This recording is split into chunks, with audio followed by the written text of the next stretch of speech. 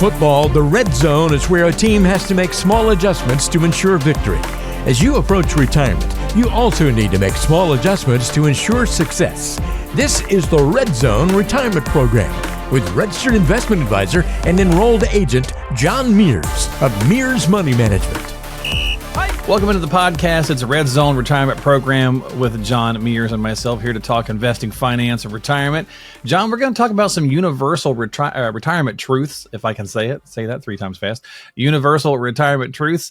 We got 5 of them we want to go through this week on the podcast to break down for folks. And so these are things that are going to really affect all of us, right? But how it pertains to the individual is really where the nitty gritty comes in. And it's a pretty good analogy really to kind of kick things off with the show because of what you do as a coach as well as for your side job. I don't know, however you want to refer to that. Is that your side hustle? It takes a lot of time. So it kind of is a side job. Shouldn't be, but it is. Yeah. But, we lost a game the other day. We were a pretty successful program, but we lost a game the other day. And the reason why is in football, we exchange film with our opponents and we study our opponents. And me, the team I coach, we go into every game pretty well, a lot of knowledge about the opponent. We know who the quarterback's girlfriend is. We know who you mean you take the time to you really strategize? I wouldn't have thought that. I wouldn't have saw that coming from a guy with a professional background. That's what I do for a living anyway. Right. So we know what the coach had for breakfast the other day. So we know everything we can about our opponent. But this opponent we played just the other day, they refused to exchange film with us, which is kind of a no-no, but legal. They can do that. Okay. But we went into this game not being prepared. We just did not know really anything about what they did on offense or defense. Mm-hmm. And so the entire game was a struggle. Now we almost pulled it off at the end, but we didn't win. And the analogy that I make with what I do as, with retirement planning is it's very difficult. Not to say you can't do it, because again, we almost pulled off the win at the end. Right. But it was such a struggle the entire game, trying to adapt the entire game, right. And rather why? than having a plan to start right. with. Yeah. Why fight it, right? When you could simply just get a plan put together ahead of time. So sorry the guys lost a little bit, sounds a little petty from the other school, but yes. But again, it was what it was. And we have these in life, in real life, we do have the opportunity to plan ahead, and we should be able to, with a little bit of effort, game plan, so to speak, for our retirement. So no Denny Green moment. They are who we thought they were, you know? Yeah. We didn't know anything about them. They were just ugly. There you go. Well, you know what? It's a good analogy to talk about these 5 universal truths we got, John, because they will happen to all of us, right? So planning is important. So let's jump in and get going here. So, we can start with the easiest one, which is an income plan, but I think that's probably been done to death, right? So let's do a couple other ones. Just to kind of give us some other things to think about, because hopefully we all know we got to have income in retirement. So that seems, how you strategize for that. That could be an entire podcast all by itself. Right. Exactly. Kind of what I was thinking. So let's start with, the long-term care conversation, right? Having a plan for it. Because if the concept, especially based on the analogy you just used with the football game going the way that it did, is not being prepared, well, people tend to fall really heavily into this category with long-term care because we don't want to talk about it. No one wants to share game film, so to speak, right? Because it's like, either it's not going to happen to me, or it makes me think about my mortality, and I don't want to do that. Yeah. And I tell people all the time, when we talk about long-term care, 70% of retirees are going to need long-term care. Now, what length that long-term care is, we don't know. Again, that's part of the unknowable part, which does require some adaptation. It could be second and short or third and long. Yes.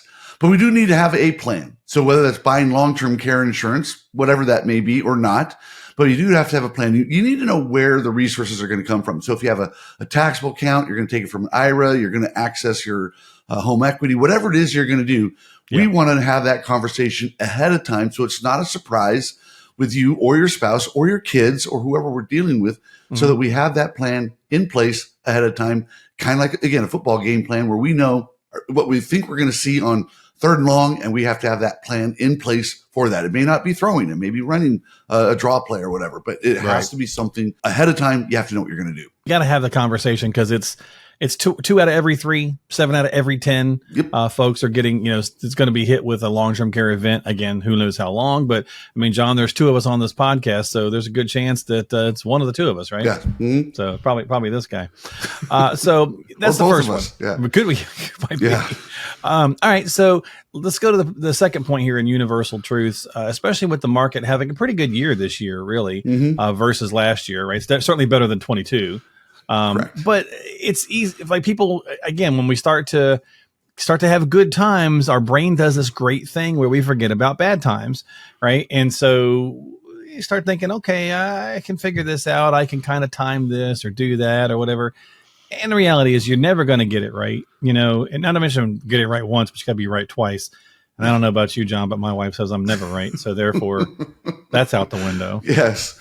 Well, the idea is that nobody can really consistently time the stock market. I had a professor in college say, no one can skillfully outperform the markets over the long run unless they have knowledge that nobody else has. Right. So if that's the case, and the statistics bear this out, I think over the last 10 years, only 7% of active managers, and we'll put that into do-it-yourselfers as well. Okay. Only 7% have beaten the market. That means the odds are heavily against you. Doesn't mean you can't do it. There is a way you can set up your retirement and set up your investments so that you can capture market returns, not try and beat the market. We don't want to underperform the market either. Yeah. But something I like to show people, I was showing people this at a benefits fair last week. It's the one chart that everybody has seen, which just shows last year's winners are this year's losers. Last year's losers are this year's winners. We have no way, and it changes year to year to year to year over the long haul. I love that piece. Many of you have already seen that, but it's something that is worth looking at. Is the periodic table of investment returns, and it's just something that. Just shows you nobody knows what's going to happen next year. News is what changes what happens in the market. News is unpredictable, therefore the markets are unpredictable. Yeah, I mean, if you think about that analogy of the winners versus losers, it changes from month to month, year to year.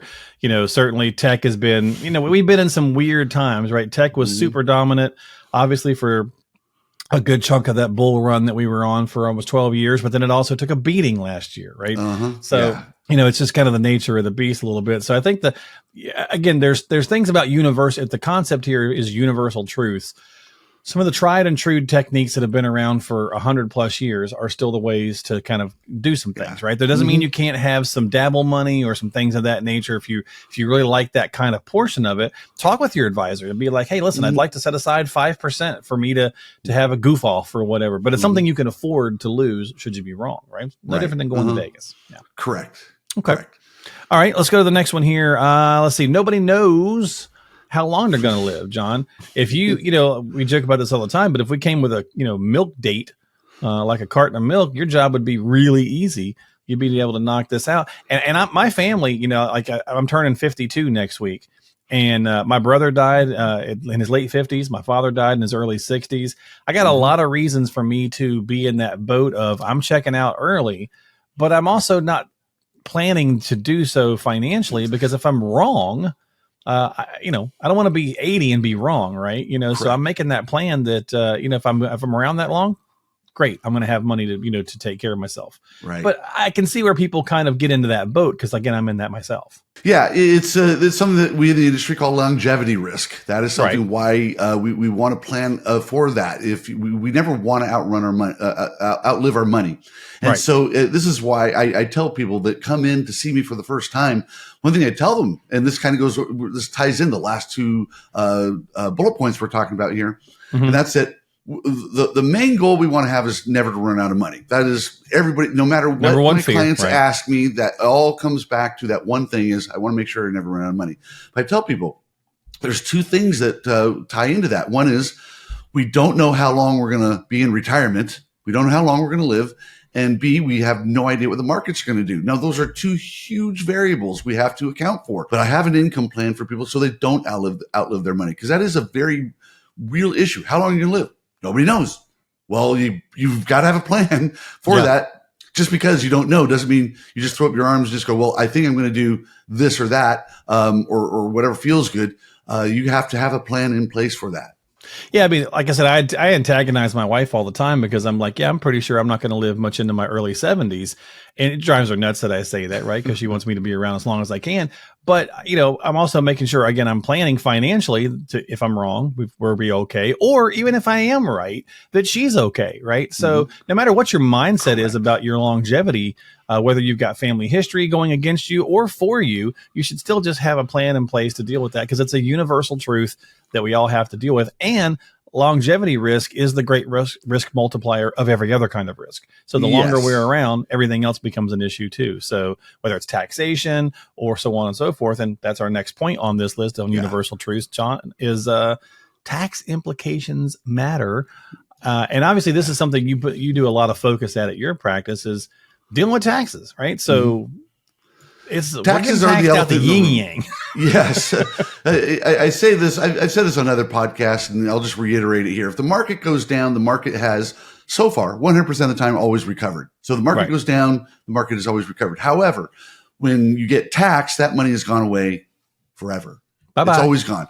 So right now, what you think you have in your IRA is not what you think you have. If you had $1 million in your IRA, you really only have $700,000, because 30% of this is going to go to the government in one way or another at some point in time. So you have a partner in your IRA. And so it's so important to know how the taxes affect you in the future.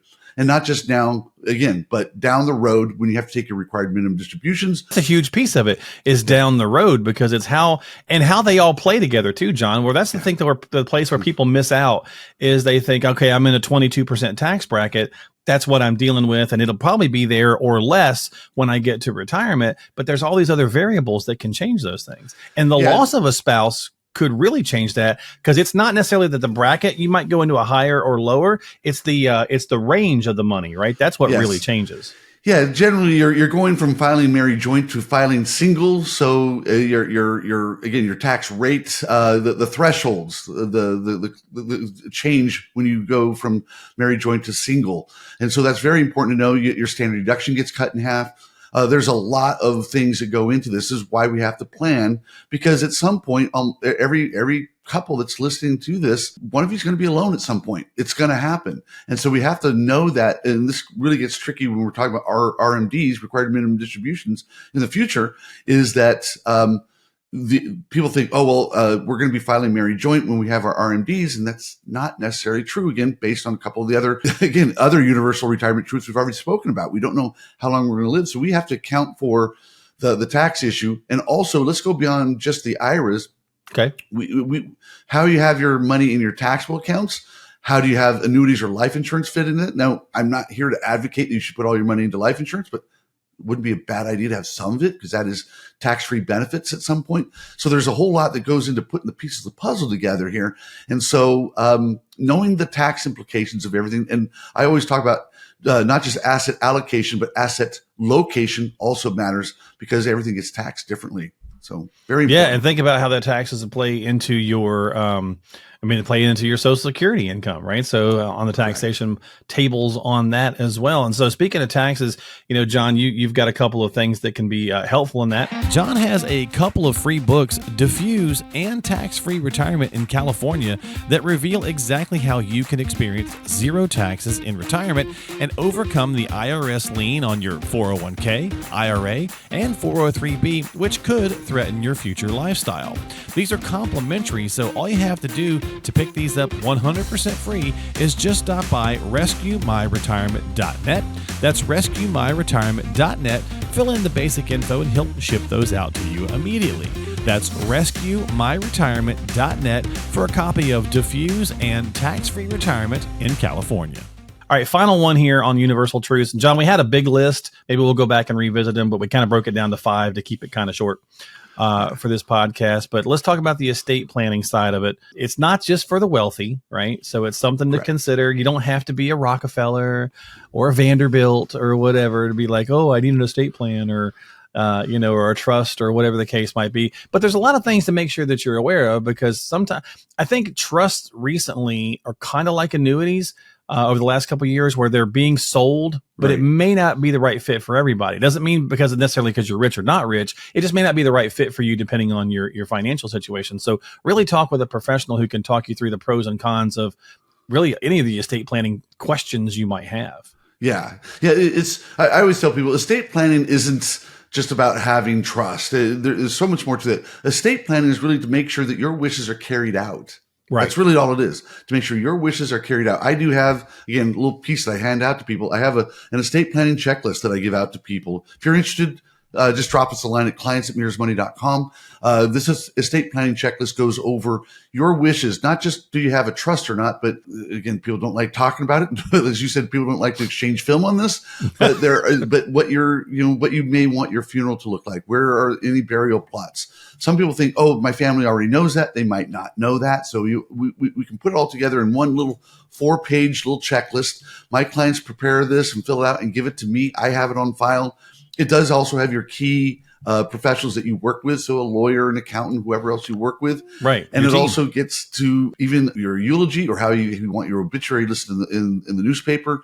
There's a lot of stuff that goes into estate planning. And then the obvious stuff with a trust. There are things you can do outside of a trust to ensure that people get what they want, or people receive what you want them to.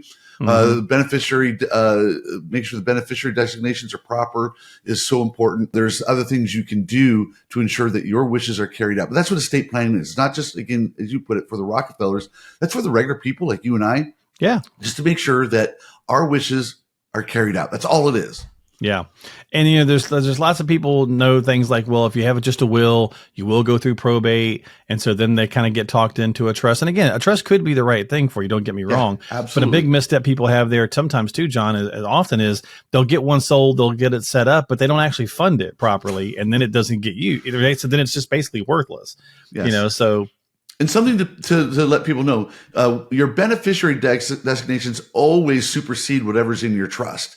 So sometimes the will and the trust. Yes. Some people think, I filled out this legal document, but whatever you designate on your IRA or your bank accounts, if you have a transfer on death type of account, those supersede what you have in your trust. So we always want to make sure it all fits together. And we do review these periodically in our practice. We go over this at least sometimes once a year, but at least once every couple of years. We kind of go through this in detail. Yeah, I mean, if you plan to leave it to your spouse, but you really rather leave it to your favorite podcast host, it doesn't matter what you want unless you put it on there. That's what I'm doing, yeah, you got to put it on the right thing. So again, those are some universal truths that are going to affect us all. We all have to think about Social Security. We all have to think about taxation, and we all have to think about what we're going to do with our home, and we all have to think about what we're going to do with longevity. Those are universalisms, if that's a word, that affect us all. But how it's going to work for your individual scenario, because John's different than I am and so on and so forth, everybody's got to have something different there. So if you need some help, again, as always, make sure you reach out to him. What was that email again, for folks to get that? clients@mirrorsmoney.com? Yes. clients@mirrorsmoney.com, and just give us your information. We'll be happy to send that out to you. No problem. No strings attached. Just free information. All right. Let's hit the 2-minute warning, Coach.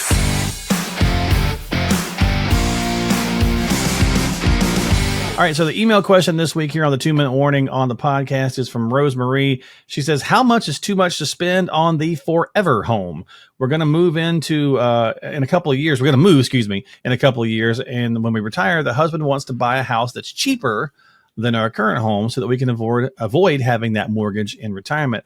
But I'm of the mindset this is the place we're going to live the rest of our lives. So I want it to be right. I want it to be perfect. Unfortunately, she asked the question that you guys fear as advisors, John. She says, who's right? Him or her? It depends. I'll just you play Switzerland a little bit on this one. Yeah, but exactly. They're both right in a way. I actually do understand the idea that people want to have what's common that I actually see, and this may sound funny, but I have people that stay in their home, but they upgrade. They do a particular upgrade they've been wanting to do. And the classic is the kitchen. They want that nice kitchen that has all the bells and whistles. We as Americans spend a lot of time. We're foodies in our country, and we like to do nice stuff in our kitchen. And so people put the wine cooler into the kitchen, and the double ovens and so on and so forth. The nice new granite countertops, the double sinks. I've seen all of it with a nice new. Have you seen those sinks that go away? They come up flat, and then they press a button, and then it drops down and becomes the sink. I'm like, yes. Whoa. So we have smart kitchens out there as well. I have a neighbor that has all these bells and whistles. It's actually, I'm not gonna lie, it's pretty cool. Pretty sweet. Anyway, getting back to what Rosemarie is saying, she's like, well, what do we want here? So the thing is, I also agree with the husband. I do try and encourage my clients to be, mortgage free or, debt free in retirement. So there is something to that. This is why I alluded to this in my other podcasts and even in this podcast about setting up an income plan and knowing, okay, if you want to have a mortgage, how is it going to affect your income plan here? Yep. How is that going to affect your future? So that alone may answer the question. And Rosemary may say, well, instead of this upgrade, I may have a little bit limited upgrade, or it's not as important as she thought it was to begin with. Now, there's a strategy you can use out there. And again, you can reach out to us if you're curious about this, where you can do, if you're buying if you're moving from one home to another, you can do this home equity conversion mortgage for purchase. So it's basically, it's a reverse mortgage where you don't make any payments, but you can actually use and tap into some equity to actually buy that nicer home. There are some limits to it. It's not for everybody, but if that's something you're doing, I just helped a couple do this just recently, where they're moving out of California to another state, and they just it wasn't quite matching up, and they were just short like $50,000, and they were able to use the home equity loan for purchase strategy and so they don't have to pay anything back. They get the nicer home. The lien stays on there and just gets paid off when they sell the home. Yeah, and to your point, that's a great suggestion for you to at least ponder, right? I mean, it may not be right for everybody, like you said. Certainly want to talk with a financial professional. For both the husband and wife, Rosemary and her husband, this might be a way for both of them to have their cake to get what they want. Yeah, exactly. All right, well, we're going to wrap it up then. So thanks for hanging out with us here on the podcast. Don't forget, as John mentioned before, if you'd like some like a copy of those papers he's got there, he'll give away. They're complimentary. Just go to clients@mearsmoney.com. And of course, you could just stop by mearsmoney.com. There's a lot of good tools, tips, and resources there as well. If you need some help, reach out to a qualified professional like John. He's been doing this for a long time, helping folks get to and through retirement. So he's a great resource for you to tap into. Your 25 plus years, specializes in tax planning strategies and lots of different things. You can check out a copy of the couple of books we've got. So just good stuff here on the show. So don't forget to subscribe to us on Apple, Google, Spotify, and now on YouTube as well. Just type in Red Zone Retirement Program in the search box, or just stop by the website, mearsmoney.com. We'll see you next time here on the show. Thanks for hanging out, Coach. All right. Thank you. Good seeing you. Advisory services offered through Mears Money Management, Inc., an RIA registered in the states of California and Texas. California Department of Insurance License Number 0685203.